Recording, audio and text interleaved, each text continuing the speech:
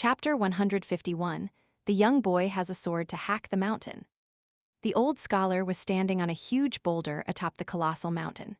The mountain wind whistled past him, causing his sleeves to loudly flap in the air.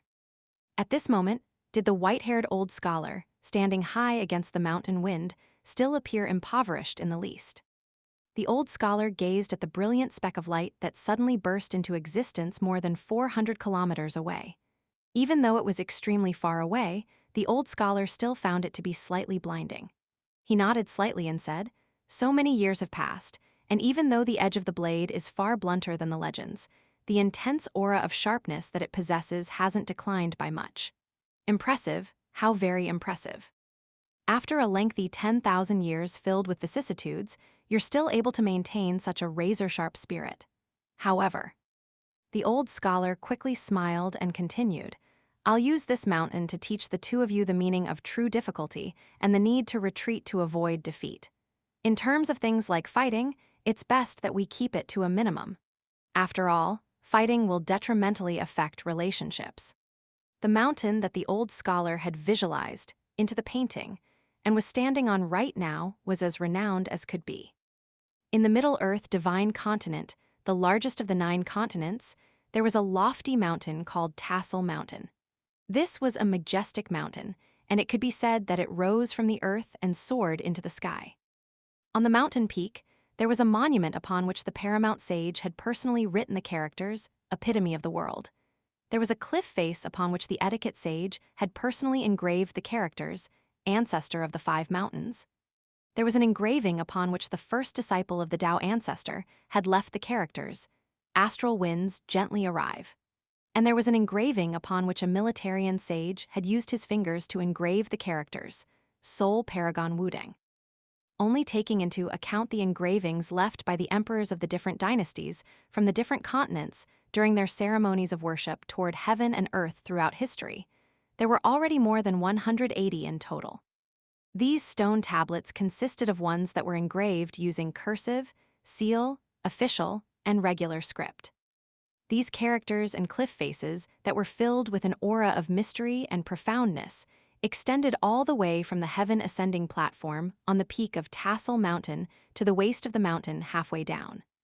Monuments and historical sites were everywhere one looked. The old scholar gazed at the dazzling sword light far away in the distance. When he had first arrived by the old well and seen Chen Ping'an's sword stance, he had felt like the young boy's manner of holding the sword was as unsightly as could be. Even as someone who didn't care much about martial arts, the old scholar had still been barely able to stand that sight. Now, however, the old scholar only had a single feeling as he observed the young boy holding the sword horizontally in front of him.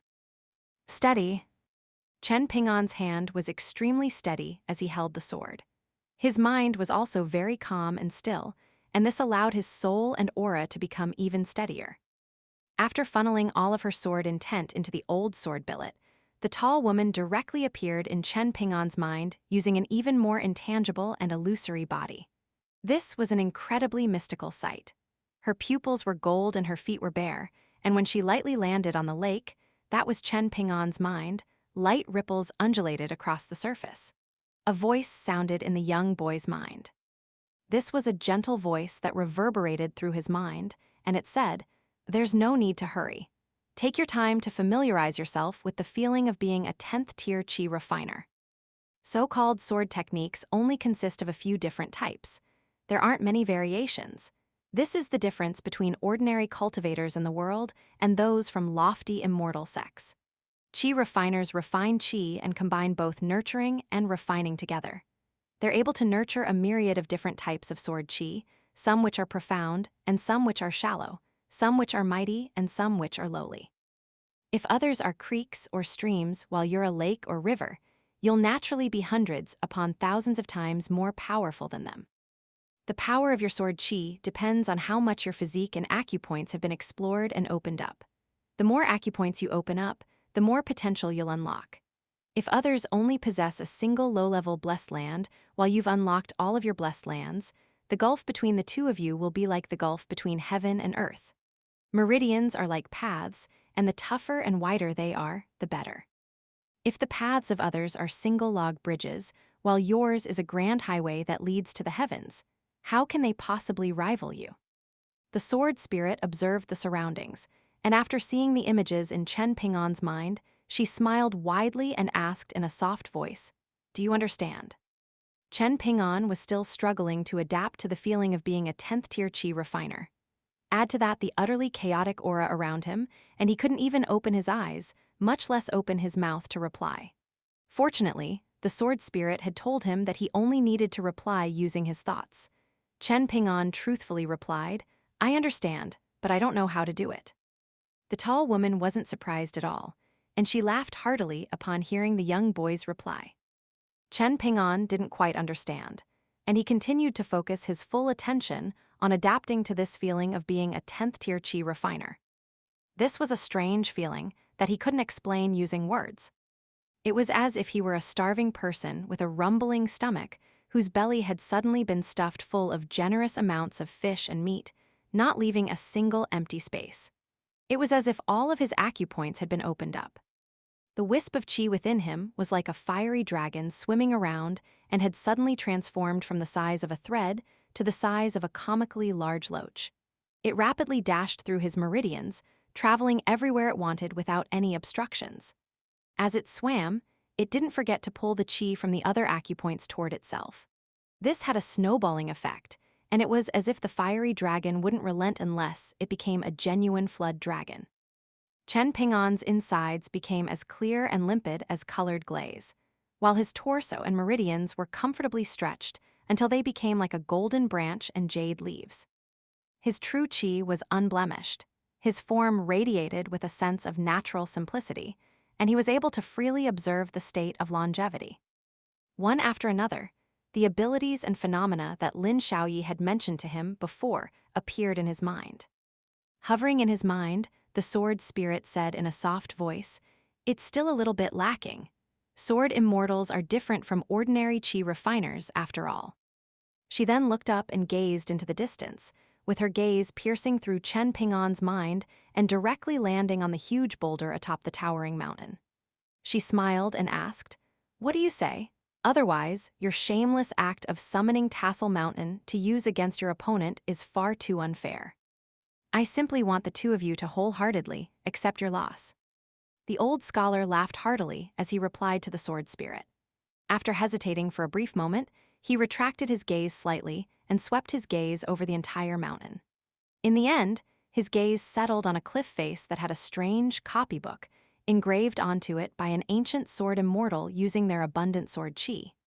This was none other than the Flying Sword copybook that attracted many sword immortals from the Middle-earth Divine Continent.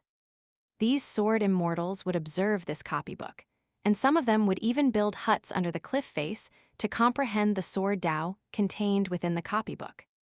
Here, take it. In terms of how much you can retain, that's completely up to your own abilities. Back then, little Zhuo was in the same situation as you. He was yet to formally begin learning the sword, yet he unintentionally came across these characters when climbing the mountain. After observing them, he was able to retain 6 characters. This was an immediate reflection of his talent in swordsmanship. There are many prodigious swordsmen, but one has to realize that prodigies also come in different levels. Those who can retain 5 characters are guaranteed to become terrestrial sword immortals. Chen Ping'an, let us see just how talented you are.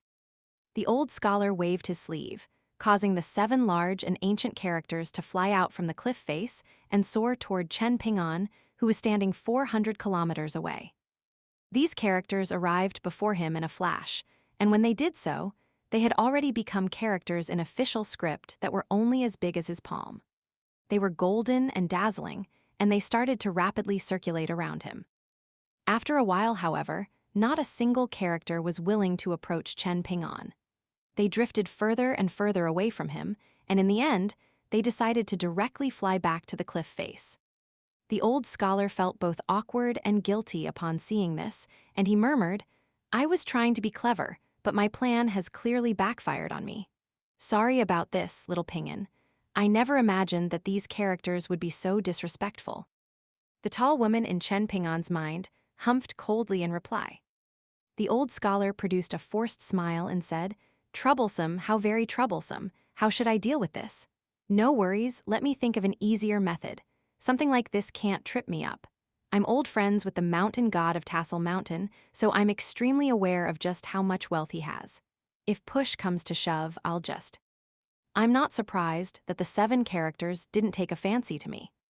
Right at this moment, Chen Ping'an opened his eyes ever so slightly and directly voiced his thoughts, not using his mind to communicate with the tall woman anymore.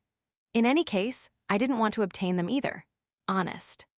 The tall woman's heart shuddered. Chen Ping'an tightened his grip on the sword and slowly continued. When practicing my fist technique, I always have a nagging feeling that my punches will eventually become very quick if I keep practicing like this. In fact, I feel like they can become the quickest. With you by my side now, I feel like this is already enough. I don't need those characters, and I'm confident that my sword strike will still be very quick. Believe me, it will definitely be very quick. The tall female nodded in reply. The old scholar also faltered for a moment, and he clucked his tongue in wonder before saying, "Your attitude and manner are truly like little Chi from when he was young." There was a faint smile on the old scholar's face, yet he purposely humphed and said in a cold voice, "Let me see just how powerful your 10th tier sword strike is. Will it unleash the power of an 11th tier cultivator, or will it unleash the power of a 12th tier cultivator? Chen Ping'an, don't drag your feet and only unleash a sword strike that's equivalent to the 7th tier or 8th tier. Come on, what are you still waiting for? If you still don't launch your sword strike, then the sun is going to rise again." After teasing the young boy, the old scholar sat down cross-legged and murmured, "A poet once remarked, 'For 10 years my sword was sharpened, yet a test on its blade has never happened. I display it to your majesty today. Tell me who has grievances to alleviate.'"